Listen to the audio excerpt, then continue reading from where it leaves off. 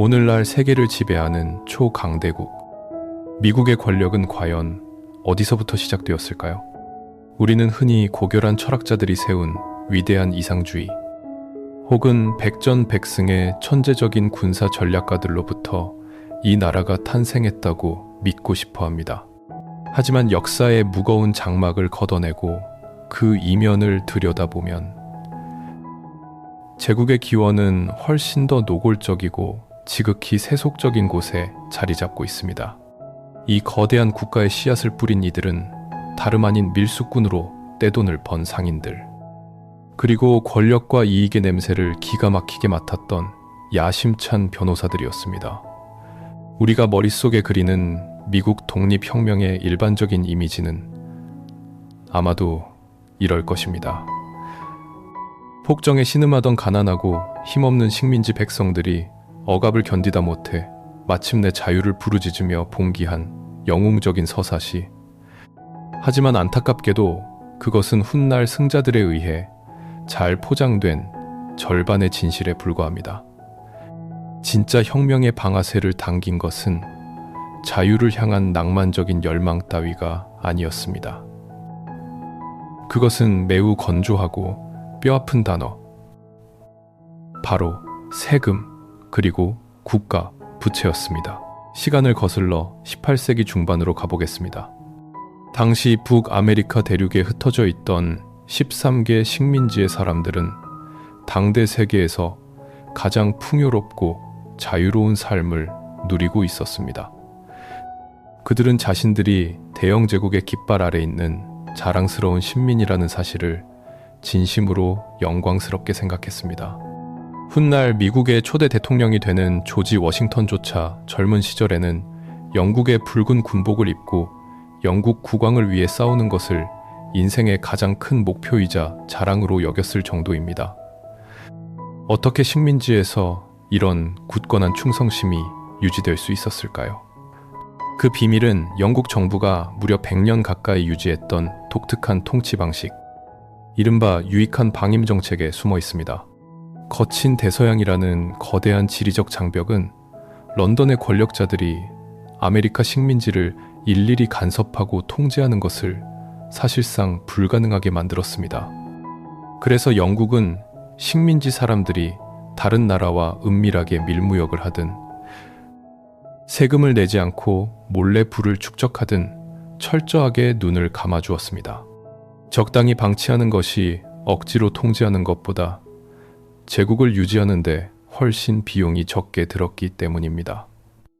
그 결과 식민지의 엘리트들은 아무런 간섭 없이 막대한 부를 축적하며 스스로를 다스리는 자치 능력을 키울 수 있었습니다.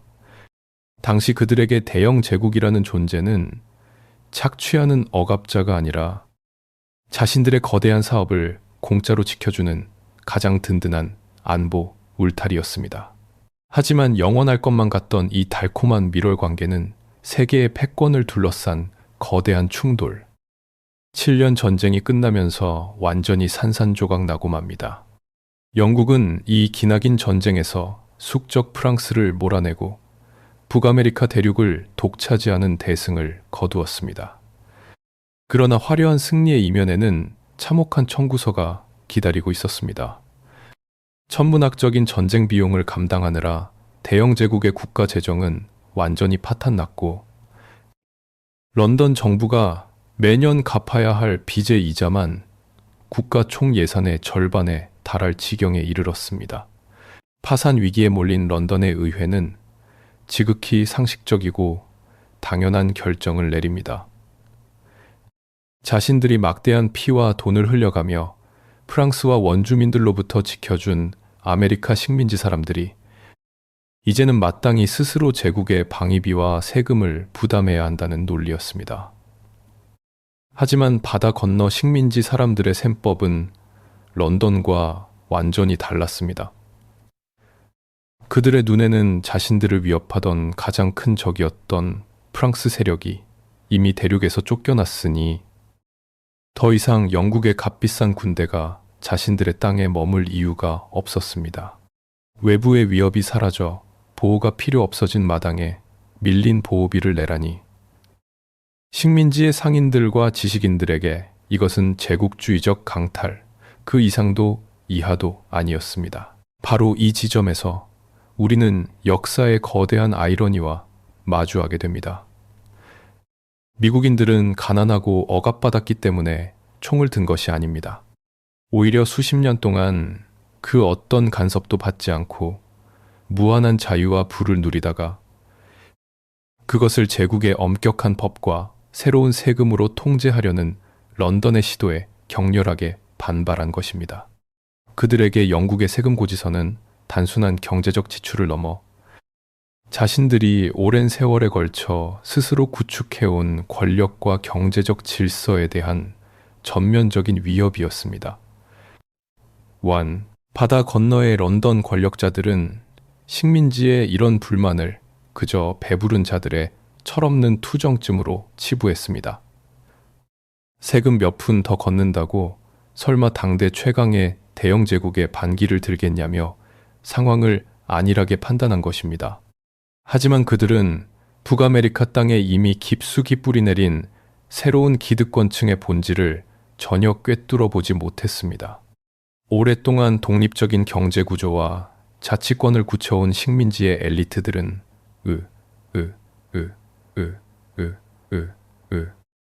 자신들의 금고를 일방적으로 열어 젖히는 늙은 제국을 더 이상 상전으로 모실 이유가 없었습니다. 자신의 재산과 생존권이 런던의 펜대 하나에 좌우될 위기에 처하자 식민지의 지식인들과 거상들은 치밀하고도 위험한 선택을 내리기 시작합니다. 대영 제국이 아메리카 대륙에서 가장 야심차고 똑똑한 상인들과 변호사들의 지갑을 건드렸을 때 그들이 분노하여 보스턴 항구의 차가운 바다에 내던진 것은 단순한 찻잎이 아니었습니다. 그것은 곧 늙은 제국의 심장을 겨누고 전 세계의 권력 지도를 뒤바꿔 놓을 치명적인 화약이었습니다. 보스턴 항구에 던져진 찻잎은 단순한 항의를 넘어선 선전포고였습니다. 그리고 마침내 렉싱턴과 콩코드의 작은 마을에서 첫 총성이 울렸을 때 역사는 이 사건을 억압받던 민중이 제국을 향해 쏘아올린 독립의 신호탄으로 기록했습니다. 하지만 그 총성이 찢어놓은 것은 대서양을 건너온 영국의 군대만이 아니었습니다. 그것은 13개의 식민지 사회 전체를 반으로 가르는 끔찍하고 잔혹한 내전의 시작을 알리는 파열음이었습니다. 우리는 흔히 미국 독립혁명을 영국인과 미국인의 명확한 대결로 기억합니다. 하나로 똘똘 뭉친 아메리카 대륙의 개척자들이 악당 같은 영국군에 맞서 장렬하게 싸운 영웅담. 하지만 당시 아메리카 대륙에 살고 있던 사람들의 현실은 그런 할리우드 영화의 선악구도와는 거리가 멀었습니다. 사실 혁명 초기 식민지 인구의 3분의 1만이 이 급진적인 반역에 적극적으로 찬성했습니다. 나머지 3분의 1은 끝까지 영국 왕실의 충성을 맹세했으며 남은 3분의 1은 그저 이 혼란과 피비린내, 나는 폭력이 자신의 농장과 가족을 피해 가기만을 바랐던 침묵의 다수였습니다. 그렇다면 왜 그토록 많은 식민지 사람들이 독립을 거부하고 늙은 제국의 편에 섰을까요? 그들은 자유의 가치를 모르는 어리석은 노예들이 아니었습니다. 오히려 당시 사회의 안정과 경제적 번영을 누구보다 소중히 여겼던 이들이었습니다. 충성파로 불렸던 그들의 눈에 세금 몇 푼의 분노에 총을 든 애국파는 고귀한 혁명가가 아니라 기존의 질서를 무너뜨리는 위험한 폭도들에 불과했습니다. 그들은 독립이란 곧 무질서와 무정부 상태를 의미한다고 생각했습니다. 강력한 대영 제국의 보호막과 경제적 네트워크가 사라진 아메리카 대륙은 결국 스페인이나 프랑스 같은 다른 제국의 먹잇감이 되거나 내부의 끝없는 권력 투쟁 속에서 자멸할 것이라고 굳게 믿었던 것입니다. 게다가 수많은 원주민들과 흑인 노예들 역시 애국파 지주들보다는 영국 국왕의 통치가 자신들의 생존에 더 유리하다고 판단했습니다. 이러한 이념과 이해관계의 차이는 곧 이웃을 철천지원수로 만들었습니다. 어제까지 함께 빵을 나누고 교회를 다니던 이웃들이 하루아침에 서로에게 총부리를 겨누고 사냥을 시작했습니다. 애굽파는 영국에 동조하는 사람들의 재산을 가차없이 몰수하고 그들을 발가벗겨 뜨거운 타르를 붓고 새 깃털을 뒤집어 씌우는 끔찍하고 모욕적인 린치를 가했습니다. 반대로 충성파 역시 영국군의 길잡이가 되어 자신들과 뜻이 다른 이웃의 농장을 불태우고 반란을 주도하는 지도자들을 색출해 교수대에 세웠습니다. 형제가 형제를 밀고 하고 아버지와 아들이 서로 다른 군대의 군복을 입고 전장에서 서로를 죽여야 하는 참혹한 비극이 대륙 곳곳의 마을에서 일어났습니다. 이것은 단결된 하나의 국가가 외세와 맞서 싸운 거룩한 독립전쟁이 아니었습니다. 새롭게 태어나 권력을 쥐려는 세력과 기존의 체제를 지키려는 세력이 피비린내 낙에 얽힌 문자 그대로의 내전이었습니다. 영국군은 이러한 식민지 내부의 분열을 교묘하게 파고들어 이들 스스로가 서로를 학살하게 만들었습니다.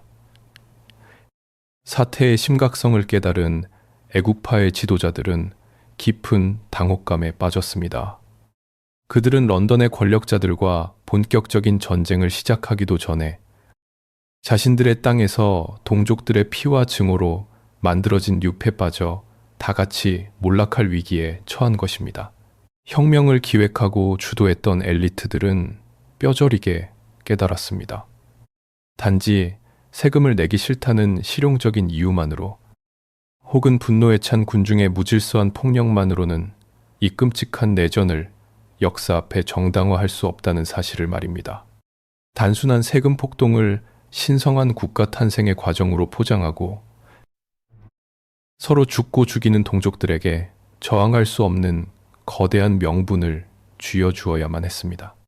무엇보다도 대서양 너머에서 이 사태를 관망하고 있는 다른 강대국들의 군사적 개입을 이끌어내기 위해서는 완전히 다른 차원의 무기가 필요했습니다. 이념으로 분열된 잿더미 위에서 그들은 총이나 대포보다 훨씬 더 정교하고 파괴적인 무기를 만들어내기로 결심합니다. 그것은 전 세계의 눈을 속이고 이 노골적인 권력 투쟁을 인류의 가장 고귀한 이상으로 둔갑시킬 한 장의 종이문서였습니다. 1776년 7월 4일 필라델피아의 찌는 듯한 더위 속에서 56명의 식민지 대표들이 모여 한 장의 문서에 서명했습니다. 우리는 이것을 독립선언서라고 부릅니다.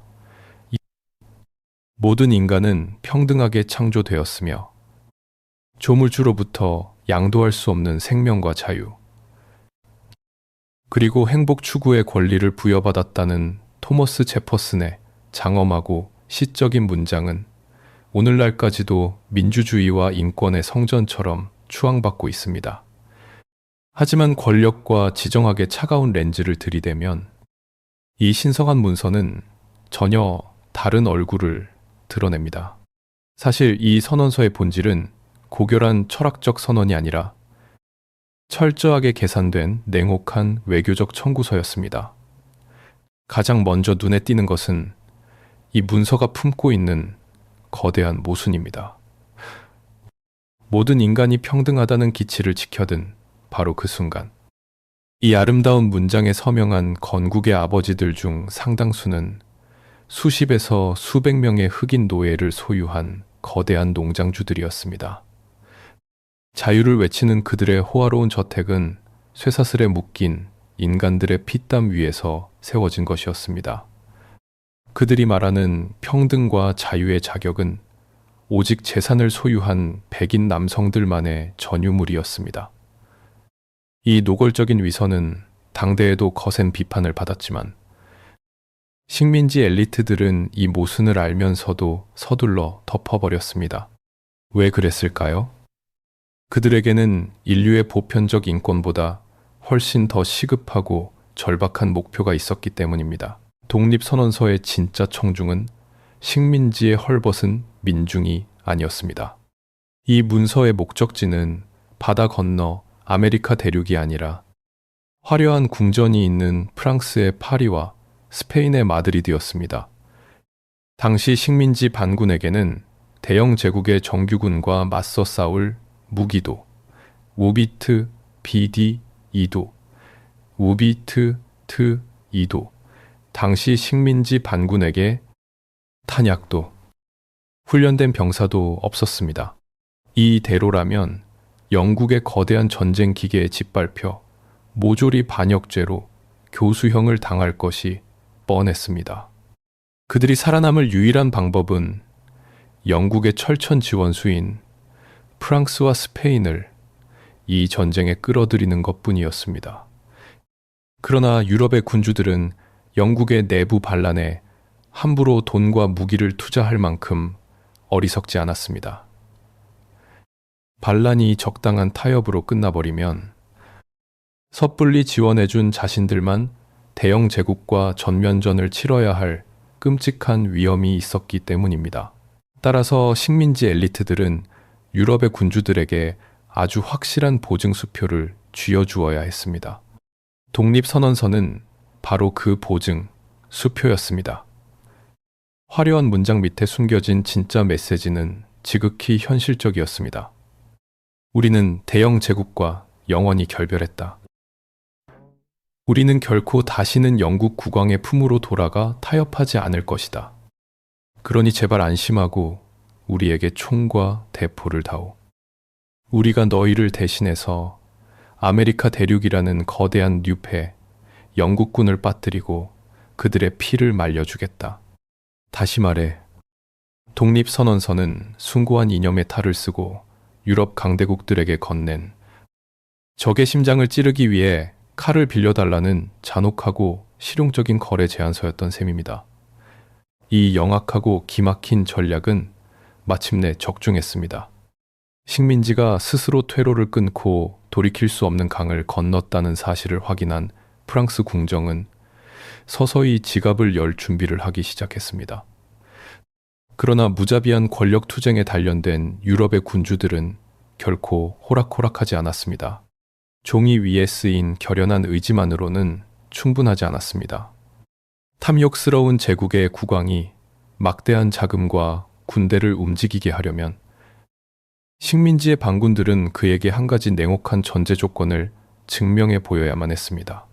그것은 바로 그들이 영국의 압도적인 군사력 앞에서도 결코 몰살당하지 않고 끝까지 살아남을 수 있다는 끈질긴 생존 능력이었습니다. 독립선언서라는 거창한 청구서를 세상에 내밀었지만 현실의 전장은 종이 위의 시적인 문장들과는 거리가 멀었습니다. 이른 영국은 자신들의 권위를 짓밟은 반란군을 응징하기 위해 역사상 유례없는 규모의 거대한 원정군을 뉴욕으로 파병했습니다. 수만 명의 정규군과 무자비한 독일 용병들, 그리고 하늘을 뒤덮을 듯한 전함들의 숲 앞에서 조지 워싱턴이 이끄는 식민지 민병대는 그야말로 오합지졸에 불과했습니다. 결과는 불보듯 뻔했습니다. 미군은 뉴욕 전투에서 처참하게 괴멸당했고 압도적인 화력을 견디지 못한 채 쫓기고 쫓기며 비참한 퇴각을 거듭해야만 했습니다. 그리고 찾아온 벨리포지의 겨울은 이 초보적인 군대에게 지옥 그 자체였습니다. 살을 에이는 듯한 북풍이 몰아치는 야영지에서 식량은 바닥났고 군복은 누더기가 되어 차가운 바람을 전혀 막아주지 못했습니다. 병사들은 신발조차 없어서 꽁꽁 얹는 밭 위에 붉은 핏자국을 남기며 행군해야 했습니다. 추위와 굶주림, 이질과 발진 티푸스 같은 전염병이 창궐하면서 불과 몇 달 만에 수천 명의 젊은이들이 비참하게 목숨을 잃었습니다. 매일 밤 두려움과 절망에 빠진 병사들이 총을 버리고 군대를 이탈해 어둠 속으로 도망쳤습니다. 따뜻한 난로가에서 이 소식을 접한 런던의 권력자들과 유럽의 군주들은 혀를 차며 이 무모한 도박이 곧 처참한 막을 내릴 것이라고 확신했습니다.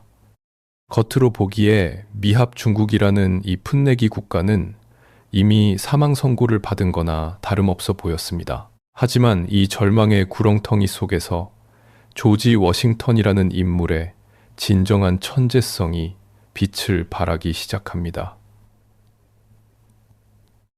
흔히 우리는 위대한 장군이라고 하면 백전백승의 화려한 전술가를 떠올립니다. 지 이를 비조세쿠, 이를 비조세쿠, 이를 비조세쿠, 이를 비조세쿠, 이를 비조세쿠. 사실 워싱턴은 전투의 기술 면에서는 결코 뛰어난 지휘관이 아니었고 실제로 영국 정규군과 맞붙은 대규모 전투에서 대부분 뼈아픈 패배를 맛보았습니다. 그러나 그는 눈앞의 전술보다 훨씬 거대한 판, 바로 비대칭 전쟁의 본질과 지정학의 잔혹한 경제학을 정확히 꿰뚫어 보고 있었습니다. 워싱턴은 굳이 전면전에서 영국군을 이길 필요가 없다는 사실을 깊이 깨달았습니다. 대영 제국의 가장 치명적인 약점은 아메리카 대륙의 반란군이 아니라 그들의 막강한 군대가 고국으로부터 무려 3,000마일이나 떨어진 대서양 건너편에 있다는 지리적 현실이었습니다.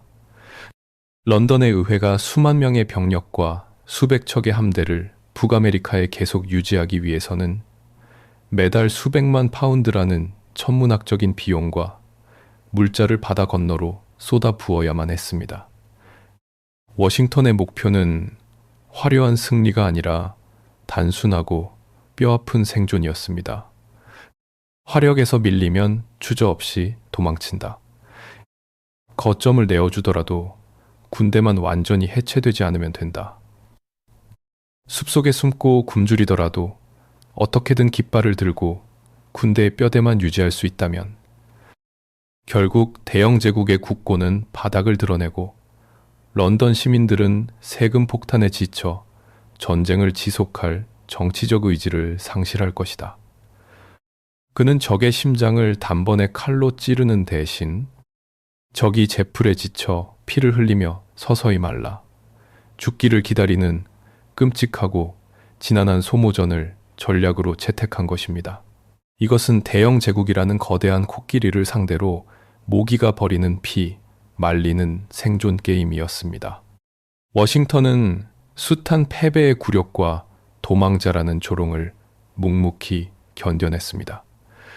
벨리 포지의 끔찍한 눈보라 속에서 그가 끝끝내 지켜낸 것은 단순한 병사들의 목숨이 아니라 제국을 파산으로 몰고 갈 시간이라는 가장 강력한 무기였습니다. 그의 끈질긴 인내심은 영국 수뇌부를 깊은 수렁에 빠뜨렸고 마침내 프랑스 국왕의 지갑을 열게 만들 결정적인 명분이 되었습니다. 그러나 장기판의 말을 움직이는 것은 강철이 아니라 피와 살을 가진 인간들이었습니다. 국가는 숭고한 대의를 위해 끊임없는 희생과 인내를 요구했지만 굶주린 채 얼어 죽어가며 단 한 푼의 월급조차 제대로 받지 못하는 병사들과 장교들의 마음속에는 점차 검고 위험한 불만이 독버섯처럼 자라나고 있었습니다.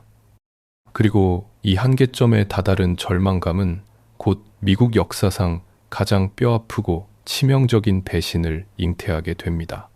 끝없는 소모전과 굶주림은 인간의 영혼을 갉아먹는 가장 지독한 독약이었습니다. 숭고한 자유와 독립이라는 이념은 배고픈 병사들의 얼어붙은 몸을 녹여주지 못했고 그들의 가족을 굶주림에서 구해주지도 못했습니다. 대륙회의의 정치인들은 따뜻하고 안전한 방에 앉아 끊임없이 고결한 애국심만을 강요했을 뿐 당장 피를 흘리는 군대에 마땅히 지급해야 할 급여와 보급품을 마련하는 데는 철저히 무능하고 무책임했습니다. 바로 이 지독한 결핍과 환멸 속에서 미국 독립혁명사에서 가장 뼈아프고 수치스러운 이름 하나가 역사에 새겨집니다. 그의 이름은 베네딕트 아놀드였습니다. 오늘날 미국인들에게 베네딕트 아놀드라는 이름은 씻을 수 없는 배신자의 대명사로 쓰입니다. 하지만 처음부터 그가 비열한 악당이었던 것은 결코 아닙니다. 오히려 혁명 초기, 그는 조지 워싱턴의 군대에서 가장 용맹무쌍하고 전술적으로 뛰어난 최고의 장군이었습니다. 판세를 뒤집은 결정적인 승리였던 세러토가 전투의 진정한 영웅은 워싱턴이나 다른 장군들이 아니라 바로 아놀드였습니다. 그는 조국을 위해 수많은 전투에서 선두에 서서 적진으로 돌진했고 다리에 심각한 총상을 입어 평생을 절뚝거리는 불구가 되는 끔찍한 육체적 희생을 기꺼이 치렀습니다. 그러나 피 흘린 영웅에게 돌아온 국가는 참혹할 정도로 냉담하고 비열했습니다. 필라델피아의 정치인들은 비열한 파벌 싸움에 눈이 멀어 그의 혁혁한 공로를 의도적으로 무시했고 전쟁터에서 총소리조차 들어보지 못한 아부꾼들을 그의 상사로 진급시키는 모욕을 주었습니다. 엎친 데 덮친 격으로 신생정부는 그에게 수년째 단 한 푼의 월급조차 주지 않았습니다. 사제를 털어 군대를 먹여 살리고 무기를 샀던 아놀드는 심각한 파산 위기에 몰렸고 명예마저 짓밟혔다는 깊은 배신감과 모멸감에 사로잡혔습니다. 결국 분노와 절망에 사로잡힌 이 위대한 전술가는 지극히 냉혹하고 현실적인 계산을 내리게 됩니다. 충성심은 결코 공짜가 아니며 정당한 대우를 해주지 않는 무능한 공화국을 위해 개죽음을 당하느니 자신의 가치를 정확히 알아주고 확실한 현금을 지불할 적과 거래하겠다는 것이었습니다. 아놀드는 미군의 가장 핵심적인 전략, 요충지이자 심장부였던 허드슨강의 웨스트포인트 요새를 영국군에게 통째로 넘기기로 은밀히 합의합니다. 그가 요구한 대가는 영국군의 장군 직위와 2만 파운드라는 막대한 액수의 황금이었습니다. 만약 이 은밀한 거래가 성공했다면 식민지 군대는 대륙의 허리가 두 동강이 나고 조지 워싱턴마저 포로로 사로잡히며 혁명은 그날로 완전히 끝장났을 것입니다. 천만다행으로 요새를 넘기기 직전 영국군 스파이가 우연히 체포되면서 아놀드의 거대한 반역은 세상에 발각되었고 그는 간신히 영국 군함으로 도망쳐 목숨을 건졌습니다. 자신이 가장 신뢰했던 장군의 충격적인 배신 앞에서 굳건했던 조지 워싱턴마저 깊은 절망의 눈물을 흘려야만 했습니다. 우리는 흔히 굳건한 신념과 숭고한 애국심만이 전쟁에서 승리를 가져온다고 믿고 싶어 합니다. 하지만 베네딕트 아놀드의 배신은 이 혁명의 본질이 겉보기와 달리 얼마나 위태롭고 취약했는지를 아주 노골적으로 까발려줍니다. 혁명의 대의라는 것은 절대 불멸의 신성한 불꽃이 아닙니다. 병사들이 굶주리고 피 흘린 공로가 돈과 명예로 보상받지 못할 때 인간의 알량한 충성심은 적이 내미는 빛나는 황금 앞에서는 너무도 쉽게 허물어질 수 있는 얇은 유리장에 불과했습니다. 당시 미국 독립혁명은 영국의 압도적인 대포와 총검 때문이 아니라 월급조차 주지 못하는 파산한 정부와 그로 인해 투하, 터진 내부의 썩은 내 때문에 스스로 붕괴하기 직전이었습니다. 하지만 역사의 수레바퀴는 참으로 기묘하고 잔혹하게 굴러갑니다. 워싱턴의 군대가 배신과 굶주림에 지쳐 숨을 헐떡이며 붕괴되기 일보 직전이던 바로 그 아슬아슬한 순간 프랑스의 화려한 베르사유 궁전에서 수년 동안 끈질기게 벌어졌던 어둠 속의 외교전이 결실을 맺기 시작했습니다. 대서양 너머로 쏘아 올렸던 그 실용적이고 치명적인 외교의 칼날이 마침내 거대한 제국의 심장을 향해 맹렬하게 날아오기 시작한 것입니다. 조지 워싱턴의 군대가 얼어붙은 땅에서 굶주림과 배신으로 붕괴하기 직전이었을 때 그들을 구원한 것은 신의 기적도 숭고한 애국심도 아니었습니다. 그것은 아메리카 대륙에서 수천 마일 떨어진 화려한 베르사유 궁전, 그리고 수백 년 묵은 유럽 제국들의 깊고 어두운 원한이었습니다. 그 중심에는 너구리 털모자를 쓰고 순박한 시골 철학자 행세를 하며 파리 사교계를 매혹시킨 벤저민 프랭클린이라는 천재적인 외교관이 있었습니다. 하지만 프랭클린의 능수능란한 쇼맨십 뒤에는 철저하게 계산된 지정학적 체스 게임이 숨어 있었습니다. 프랑스 국왕 루이 16세는 절대 왕정의 군주였습니다. 신이 부여한 왕권으로 나라를 다스리던 그가 왕을 몰아내고 공화국을 세우겠다는 발칙한 식민지 반군들의 민주주의나 자유주의 같은 불온한 사상에 공감했을 리가 만무합니다. 오히려 그런 이념은 훗날 자신의 목을 조를 수 있는 맹독과도 같았습니다. 그럼에도 불구하고 이 절대 군주가 텅 빈 국고를 쥐어짜면서까지 막대한 황금과 최신식 무기, 그리고 수만 명의 최정예 정규군을 아메리카로 보낸 이유는 단 하나, 바로 지독한 복수심이었습니다. 오래전 7년 전쟁에서 영국에게 참패하고 북아메리카의 영토를 모두 빼앗겼던 프랑스는 대영 제국을 무너뜨리고 세계의 패권을 되찾을 기회만을 벼르고 있었습니다. 그들의 눈에 식민지 반군들은 영국의 등에 비수를 꽂을 수 있는 아주 훌륭하고 값싼 용병이었습니다. 미군이 세러토가 전투에서 기적적으로 승리하며 자신들이 쉽게 무너지지 않을 것이라는 끈질긴 생존력을 증명해 보이자 루이 16세는 마침내 거대한 도박판에 국가의 명운을 걸고 참전을 선언합니다. 프랑스가 공식적으로 전쟁에 뛰어들면서 북아메리카의 지역적인 반란은 순식간에 양상이 완전히 뒤바뀝니다. 영국의 세력이 팽창하는 것을 두려워했던 스페인과 네덜란드까지 줄줄이 이 거대한 반영국 동맹에 가세하면서 이 충돌은 대서양, 카리브해, 심지어 인도양까지 번지는 세계 대전으로 비화했습니다. 프랑스가 개입하자 대영 제국의 최우선 순위는 즉각 바뀌었습니다.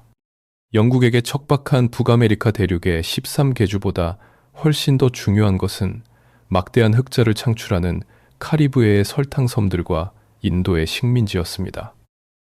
프랑스와 스페인의 연합 해군이 이 핵심 지역들을 위협하기 시작하자 영국은 어쩔 수 없이 아메리카에 주둔하던 정예 병력과 전함들을 전 세계로 분산시켜야만 했습니다. 우리는 미국 독립전쟁을 잡고 약한 신생 국가가 거대한 제국을 맨몸으로 무너뜨린 영웅적인 다윗과 골리앗의 싸움으로 기억합니다. 하지만 지정학의 차가운 현실은 전혀 다릅니다. 이 전쟁은 근대 역사상 가장 규모가 크고 치명적인 대리전이었습니다. 약소국이었던 미국이 대영 제국이라는 괴물을 상대로 끝까지 살아남을 수 있었던 진짜 비결은 자신들을 유럽 제국들의 오래된 원한과 권력 투쟁 사이에 아주 영악하게 밀어넣었기 때문입니다. 강대국의 원한을 이용해 다른 강대국의 피를 말리는 것. 그것이 바로 이 신생 국가가 선택한 가장 소름 끼치고 탁월한 생존 방식이었습니다. 영국은 이제 단순한 식민지 반군이 아니라 바다와 육지 양쪽에서 압박해 들어오는 유럽의 초강대국들을 동시에 상대해야 하는 끔찍한 악몽에 직면하게 되었습니다. 런던의 권력자들이 이 전쟁이 자신들의 통제 범위를 완전히 벗어났다는 것을 깨달았을 때는 이미 너무 늦어버렸습니다. 그리고 이 거대한 국제적 개입의 칼끝은 북아메리카 동해안의 요크타운이라는 작은 해안 마을을 향해 서서히 그리고 완벽하게 조여들고 있었습니다. 대영 제국의 군대가 자신들이 얼마나 끔찍하고 완벽한 함정에 빠졌는지 깨닫게 될 바로 그곳으로 말입니다. 1781년 가을, 요크타운 해변에서 붉은 군복을 입은 대영 제국의 군대가 마침내 백기를 들고 항복했습니다. 흔히 이 역사적인 순간을 조지 워싱턴과 미국 민병대의 위대한 군사적 승리로 묘사하지만 그 이면의 진실은 조금 다릅니다. 이 전투에서 결정적인 역할을 한 것은 영국군의 해상 퇴로를 완벽하게 차단해버린 프랑스의 막강한 함대였습니다. 사실 요크타운 포위망에 동원된 군대의 수치를 보면 미군보다 프랑스 정규군과 해군의 머릿수가 훨씬 더 많았습니다. 대영 제국의 숨통을 끊어놓은 최후의 일격은 사실상 아메리카 대륙에 상륙한 프랑스의 군사력이 대신 날려준 것이나 다름없었습니다. 총성이 됐고 영국의 굴복을 받아낸 후 진정한 권력의 암투는 총칼이 난무하는 전장이 아니라 화려한 샹들리에가 빛나는 파리의 평화협상 테이블로 자리를 옮겼습니다. 바로 이 협상장에서 이제 막 알을 깨고 나온 이 신생 국가의 지도자들은 훗날 세계를 지배하게 될 그들만의 잔혹하고 냉철한 외교적 본성을 세상에 처음으로 노골적으로 드러냅니다. 프랑스는 북아메리카의 반란군을 돕기 위해 말 그대로 국가 기둥뿌리를 뽑았습니다. 천문학적인 전비를 쏟아부었고 수많은 젊은이들이 타국 땅에서 피를 흘렸습니다. 프랑스 국왕 루이 16세는 미국이 당연히 자신들에게 깊은 은혜를 느끼고 협상장에서도 프랑스의 이익을 최우선으로 지지하는 충실한 하위 파트너가 될 것이라고 믿어 의심치 않았습니다. 하지만 당시 프랑스와 스페인은 신생 국가인 미국이 너무 거대해지는 것을 결코 원치 않았습니다. 그래서 미국의 영토를 에팔레치아 산맥 동쪽으로만 제한하고 광활한 서부 영토는 자신들이나 원주민의 통제하에 두려는 은밀한 계획을 세우고 있었습니다. 원주민의 이 낌새를 눈치챈 벤저민 프랭클린과 존 애덤스를 비롯한 미국의 외교관들은 찰나의 망설임도 없이 역사에 남을 기막힌 배신을 감행합니다. 그들은 앞에서는 자신들의 은인인 프랑스 외교관들과 웃으며 샴페인 잔을 부딪혔지만 밤에는 몰래 뒷문으로 빠져나가 그토록 증오하던 철천지원수 영국과 은밀한 비밀 협상을 벌였습니다. 그들이 영국에 내민 제안은 지극히 파격적이고 실용적이었습니다.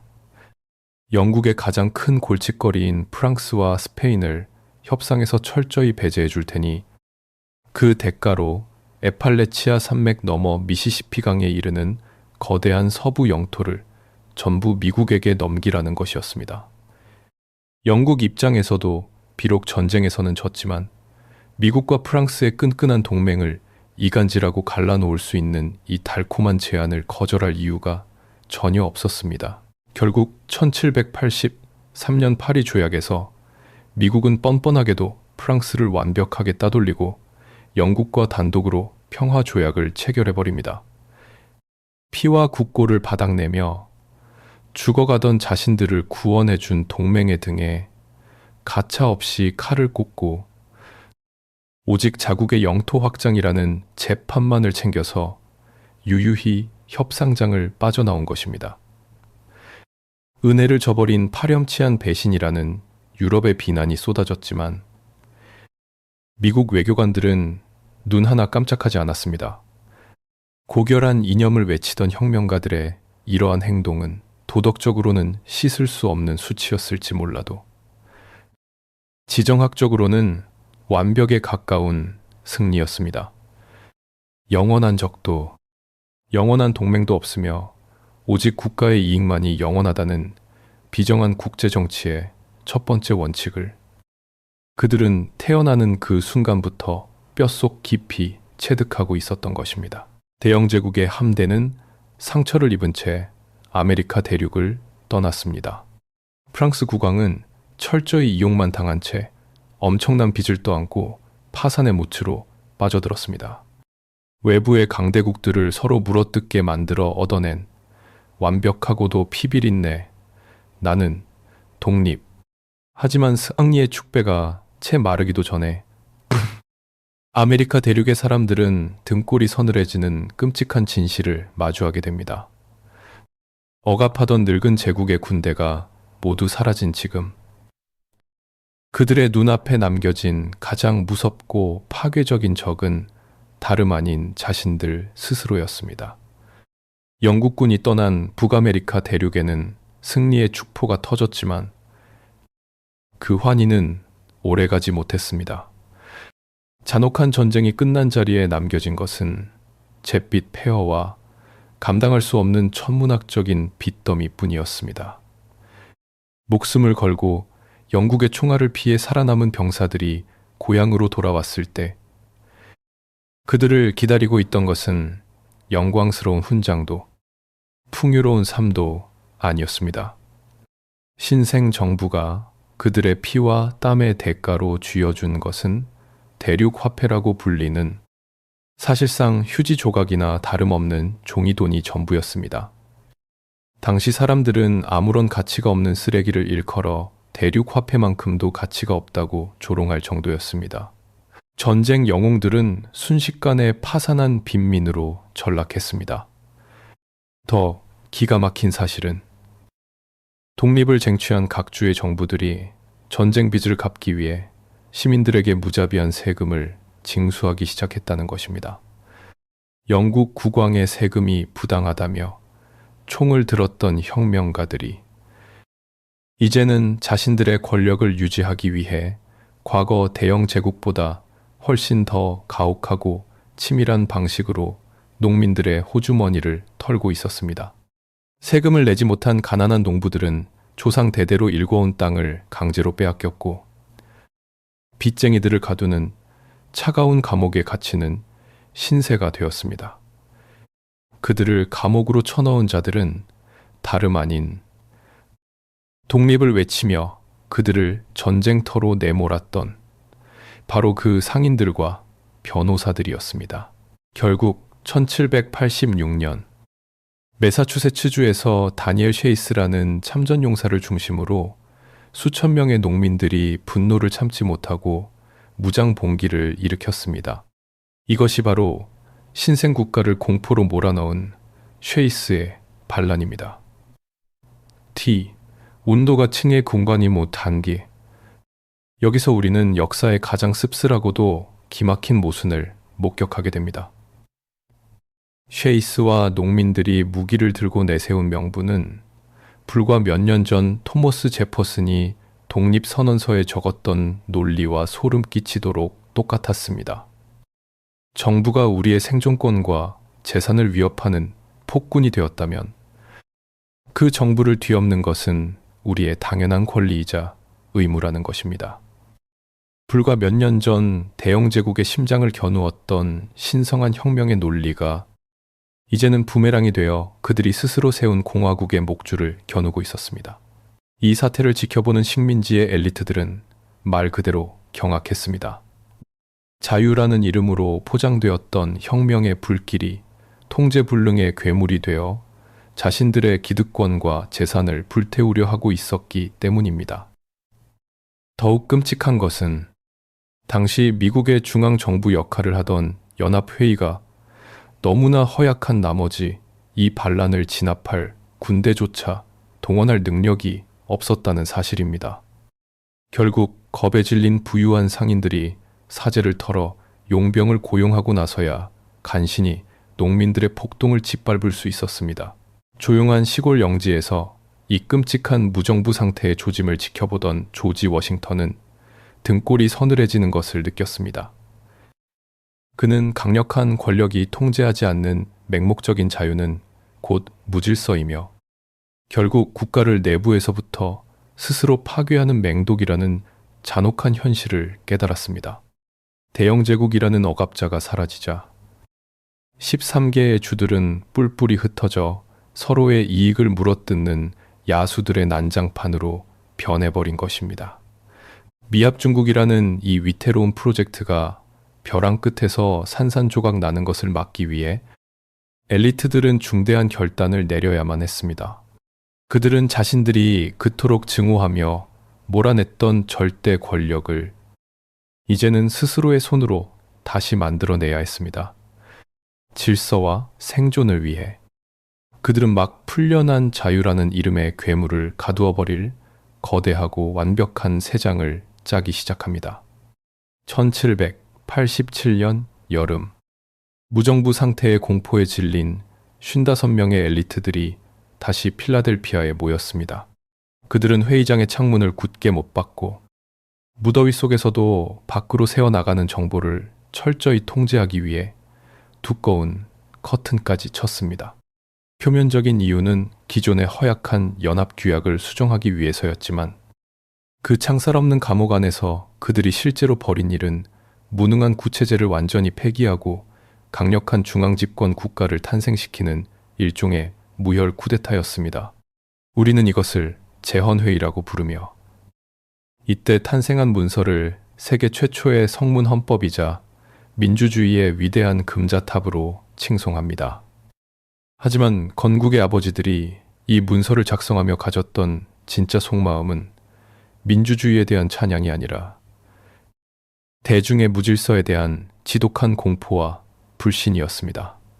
오늘날 우리는 헌법이 모든 국민에게 절대적인 자유와 평등을 보장하기 위해 만들어졌다고 낭만적으로 믿습니다.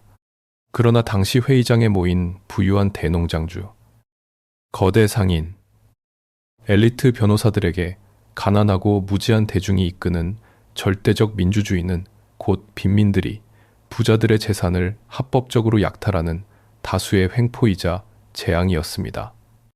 그들은 쉐이스의 반란에서 목격했던 그 통제 불능의 군중이 다시는 정치의 주도권을 쥐지 못하도록 원천 봉쇄해야 했습니다.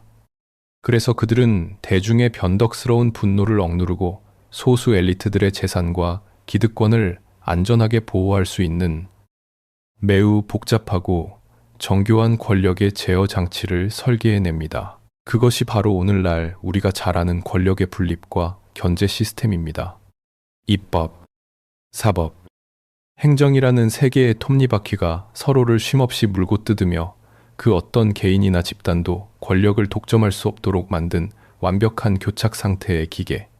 하지만 이 치밀한 기계장치 속에는 소름 끼치는 역사적 역설이 숨어 있었습니다. 독재를 막겠다는 명분으로 설계된 이 새로운 연방정부는 사실 과거 대영제국의 조지 3세조차 아메리카 대륙에서 감히 행사하지 못했던 어마어마한 권력을 손에 쥐게 되었습니다. 이제 새로운 중앙정부는 13개 주 전체를 상대로 직접적이고 강력하게 세금을 걷어들일 수 있었고 반란을 짓밟고 국경을 넓힐 거대한 상비군을 합법적으로 소유하게 된 것입니다. 영국의 세금 징수와 억압에 반대하며 피를 흘렸던 혁명가들이 결국 스스로의 제국을 유지하기 위해 과거의 영국보다 훨씬 더 강력하고 효율적인 통제 시스템을 창조해낸 것입니다. 이 완벽한 권력의 세장을 다스릴 최고 책임자의 자리 역시 지극히 기만적인 방식으로 설계되었습니다. 그들은 왕이나 황제라는 거창하고 위협적인 호칭 대신 당시에는 작은 동아리나 평범한 회의의 주재자를 뜻하는 소박하고 보잘것없는 단어인 프레지던트, 즉 대통령이라는 직함을 선택했습니다. 대중의 눈에는 이 자리가 전혀 위험하지 않은 겸손한 봉사자의 자리처럼 보이게 만들려는 고도의 심리전이었습니다. 하지만 이 부드럽고 소박한 이름 뒤에는 전 군대의 통수권을 쥐고 의회가 만든 법안마저 단숨에 거부해버릴 수 있는 사실상 왕관만 쓰지 않은 절대 군주의 막강한 권력이 은밀하게 숨겨져 있었습니다. 조지 워싱턴을 비롯한 건국의 엘리트들은 맹목적인 자유가 국가를 안에서부터 파괴하는 것을 막기 위해 자유를 통제할 거대하고 튼튼한 헌법이라는 이름의 완벽한 감옥을 건축했습니다. 그 정교한 시스템은 지난 200년이 넘는 세월 동안 미합 중국이 산산조각 나는 것을 막아주었습니다. 하지만 우리의 이야기에는 아직 풀리지 않은 마지막 역설이 하나 남아 있습니다. 초대 대통령이라는 막강한 권력의 정점에 올랐던 조지 워싱턴은 2번의 임기를 마친 후 스스로 그 화려한 왕관을 벗어던지고 고향의 조용한 농장으로 돌아갔습니다. 권력을 자발적으로 내려놓는 이 전례 없는 행동은 그를 진정한 민주주의의 성인으로 역사에 남게 했지만 그가 떠나며 남긴 마지막 고별사는 찬사가 아닌 뼈아픈 경고로 가득 차 있었습니다. 워싱턴은 신생 국가가 살아남기 위해 반드시 피해야 할 두 가지 치명적인 독약을 지목했습니다. 하나는 내부를 분열시켜 파멸로 이끌 파벌과 정당 정치의 맹목적인 적대감이었고, 다른 하나는 유럽 제국들의 피비린내, 나는 권력 투쟁과 외국의 전쟁에 함부로 개입하는 끔찍한 동맹의 덫이었습니다. 그는 강대국들의 대리전에서 장기판의 말로 전락하는 순간 그는 이 연약한 공화국은 산산조각이 날 것임을 누구보다 깊이 통찰하고 있었습니다. 워싱턴의 이러한 경고가 얼마나 소름 끼치도록 정확했는지를 확인하기 위해 우리는 아메리카 대륙 밖으로 시선을 돌려 이 혁명을 후원했던 늙은 제국들의 참혹한 말로를 되짚어 보아야 합니다. 미국 독립의 가장 결정적인 구원자였던 프랑스 국왕 루이 16세는 어떻게 되었을까요? 대영 제국을 향한 맹목적인 복수심으로 식민지 반군에게 천문학적인 자금을 쏟아부었던 그는 결국 감당할 수 없는 국가 부채와 파탄난 경제로 인해 민중의 거센 분노에 직면해야 했습니다. 미국이 헌법을 제정하고 안정의 길로 접어들기 무섭게 프랑스에서는 피바람이 부는 대혁명이 일어났습니다. 그리고 늙은 제국의 군주가 미국의 자유를 위해 열어주었던 바로 그 지갑 때문에 그는 파리 시내 한복판에서 단두대의 차가운 칼날 아래 목이 잘리는 비참한 최후를 맞이했습니다. 미국의 독립은 늙은 제국의 핏빛 몰락을 양분 삼아 피어난 잔혹한 꽃이었습니다. 한편 13개 식민지를 잃어버린 대영 제국은 어떠했습니까? 그들은 자신들의 막강한 군사력만 믿고 전 세계에 걸친 제국의 이익을 방어하려다 걷잡을 수 없는 부채의 뚝에 빠져들었고 결국 가장 거대하고 잠재력 있는 영토를 스스로 걷어차버리는 치명적인 오판을 저질렀습니다. 세금과 부채, 그리고 끊임없는 군사적 팽창이라는 제국의 딜레마는 이처럼 당대 최고의 초강대국들을 무너뜨린 무서운 저주였습니다. 북아메리카의 식민지 엘리트들은 바로 그 무자비한 제국의 굴레에서 벗어나기 위해 피를 흘렸고 강대국들의 탐욕과 원한을 교묘하게 이용해 기적처럼 독립이라는 전리품을 쟁취해냈습니다. 하지만 2세기가 훌쩍 지난 오늘날 우리는 역사상 가장 거대하고 소름 돋는 역설과 마주하고 있습니다. 한때 늙은 제국의 과도한 세금과 전쟁 부채, 그리고 상비군의 주둔을 끔찍하게 혐오하며 총을 들었던 그 연약한 반란군들의 나라는 지금 어떤 모습입니까? 오늘날의 미합 중국은 전 세계의 바다를 통제하는 압도적인 해군력을 바탕으로 지구촌 곳곳에 거대한 군대를 주둔시키고 있습니다. 그들은 세계 각지의 지정학적 분쟁과 대리전에 끊임없이 개입하며 세계의 패권을 유지하기 위해 과거 대영 제국은 상상조차 할 수 없을 만큼 천문학적인 국가 부채를 짊어지고 있습니다. 과거 유럽의 강대국들이 미국을 장기판의 말로 이용했던 것처럼 이제는 미국 스스로가 전 세계를 거대한 대리전의 장기판으로 삼아 다른 국가들의 운명을 좌지우지하고 있는 것입니다. 독재를 막고 자유를 지키기 위해 천재적인 지식인들이 고안해냈던 1787년의 정교한 헌법은 권력을 완벽하게 통제하는 동시에 세계 역사상 가장 효율적이고 파괴적인 제국을 팽창시키는 강력한 엔진이 되었습니다. 건국의 아버지들은 대영 제국이라는 폭군으로부터 탈출하기 위해 이 국가를 설계했지만 정작 그들이 만든 정교한 기계의 깊은 곳에는 이미 제국을 향한 팽창의 유전자가 깊숙이 새겨져 있었던 것입니다. 미국 독립혁명은 단순한 자유의 승리도 억압에 대한 성스러운 저항도 아니었습니다. 제가 도로떼 장가는 제가 때, 그 포, 도로, 그것은 권력의 이동이자 새로운 포식자의 탄생을 알리는 서막이었습니다. 과거의 대영 제국이 붕괴하고 프랑스 왕조가 단두대에서 피를 흘리며 쓰러졌던 그 잔혹한 역사의 굴레 속에서 오늘날 세계를 호령하는 미국의 거대한 권력은 과연 영원히 안전할까요? 늙은 제국의 무덤 위에서 태어나 스스로 제국이 되어버린 이 위대한 국가는 자신들을 낳아준 그 제국의 끔찍한 저주마저 완벽하게 피해갈 수 있을 것인지, 역사는 여전히 대답 없는 질문을 던지며 조용하고 냉혹하게 지금의 우리를 지켜보고 있습니다.